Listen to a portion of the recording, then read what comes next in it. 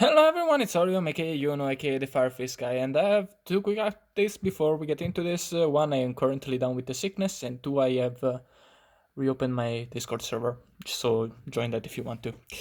Anyways, back to our scheduled programming. This is Extra Powers top 2, I think, deck from World Talk Monthly, Bujins. And it's a pretty unique build compared to historic lists. We will get into that, but let me preface that I don't play Bujins. um, and because I have self-respect. Anyways, Italy gang, let's go. Starting off with, of course, 3 copies of Yamato.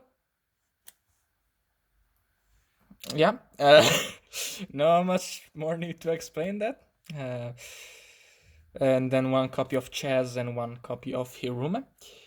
A very nice thing about this list for me is that these cards are played at 1, because these cards are for some reason kind of expensive, especially Hirume. It's like $5. Must be waifu factor since it's Alexis. But yeah, uh, historically most lists run like 3 or 4 of these two in total. Here we're only running 1 because well, Mikazuchi is only good with Yamato, and you can search him with Yamato and with, of course, Susanoo. And Hirume is only needed for 2Ks. She's dead turn 1, you know. So you pretty much just search her when you want to OTK and games. So yeah, thank you for only playing 1 Hirume. That's like a 5 buck card, and I would rather spend my $5 on the Susanoo. Anyways, next we have 4 copies of Honest. These 3 are searchable, and this one is not, but this one is stronger.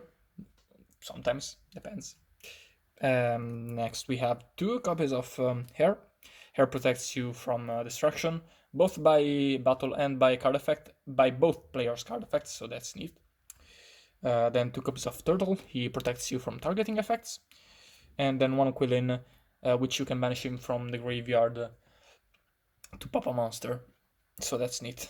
Next, we have another kind of conventional choice, 2 copies of Bujin Incarnation. Most lists ran 3, but it's pretty dead early game like Hirume. It's searchable by Mikazuchi, and it's also a bit conditional, so only 2 is necessary. Next, we have 3 copies of Tenki, of course, because, Yamato is Beast Warrior, and 3 copies of Duality.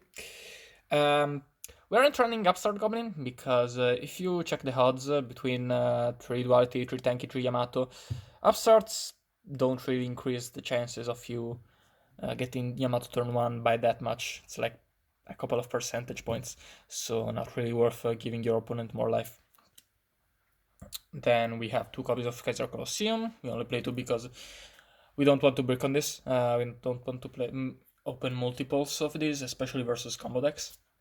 And we have 3 copies of MST for backrow decks, 2 copies of Lance for backrow decks, and 1 Dark Hole. Do note that Hair protects you from your own card destruction, so Dark Hole protects you from that. Then we have 2 copies of Breakthrough Skill, and 2 copies of Finish Chain, just effect negation, 2 copies of Wiretap, trap negation, and then the limited traps in Bottomless Compulse, Torrential, and Solemn Morning. Again, Torrential, same thing with Dark Hole. But yeah, going into the extra deck, we have 3 copies of Susanoo. This is the bread and butter of the deck, basically. He can attack every monster your opponent controls once each, and then during he can detach 1 material to search or foolish any Bujin card from the deck to the hand. Do note that Bujin Incarnation only lets you summon out Beasts, Beast Warrior, and Winged Beasts from the extra deck, and forgot to mention that Bujin Incarnation is pretty much the reason why this is one of the only 3 decks in the format, 3 meta decks in the format that doesn't run Soul Charge.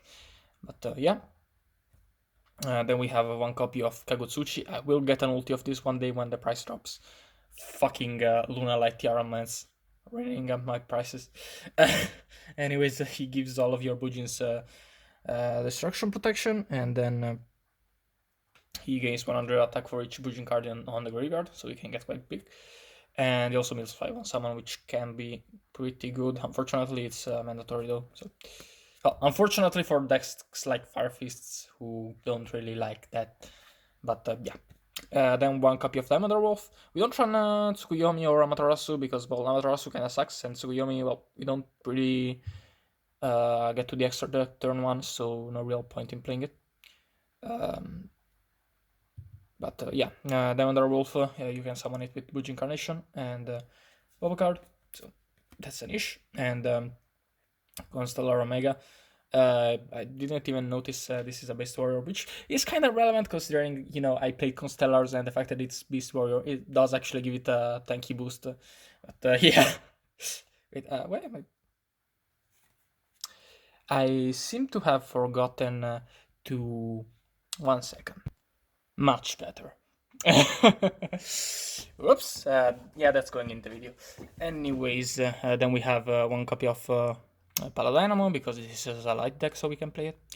Then, you know, 1-on-1 Exiton, Dweller. We don't play Rhapsody because since we don't have Soul Charge, it's a bit low impact without it, so not really worth the slot. And then Black Sheep of Corn, Ragna Zero, Heartland Draco, very good verse in with Kaiser Colosseum. Crazy Box for skill drain, obviously, and Gaga Cowboy, just you know, to end games. So yeah, that was the list. Leave a like, join both Discords, leave a comment, subscribe, all that good shit, and goodbye.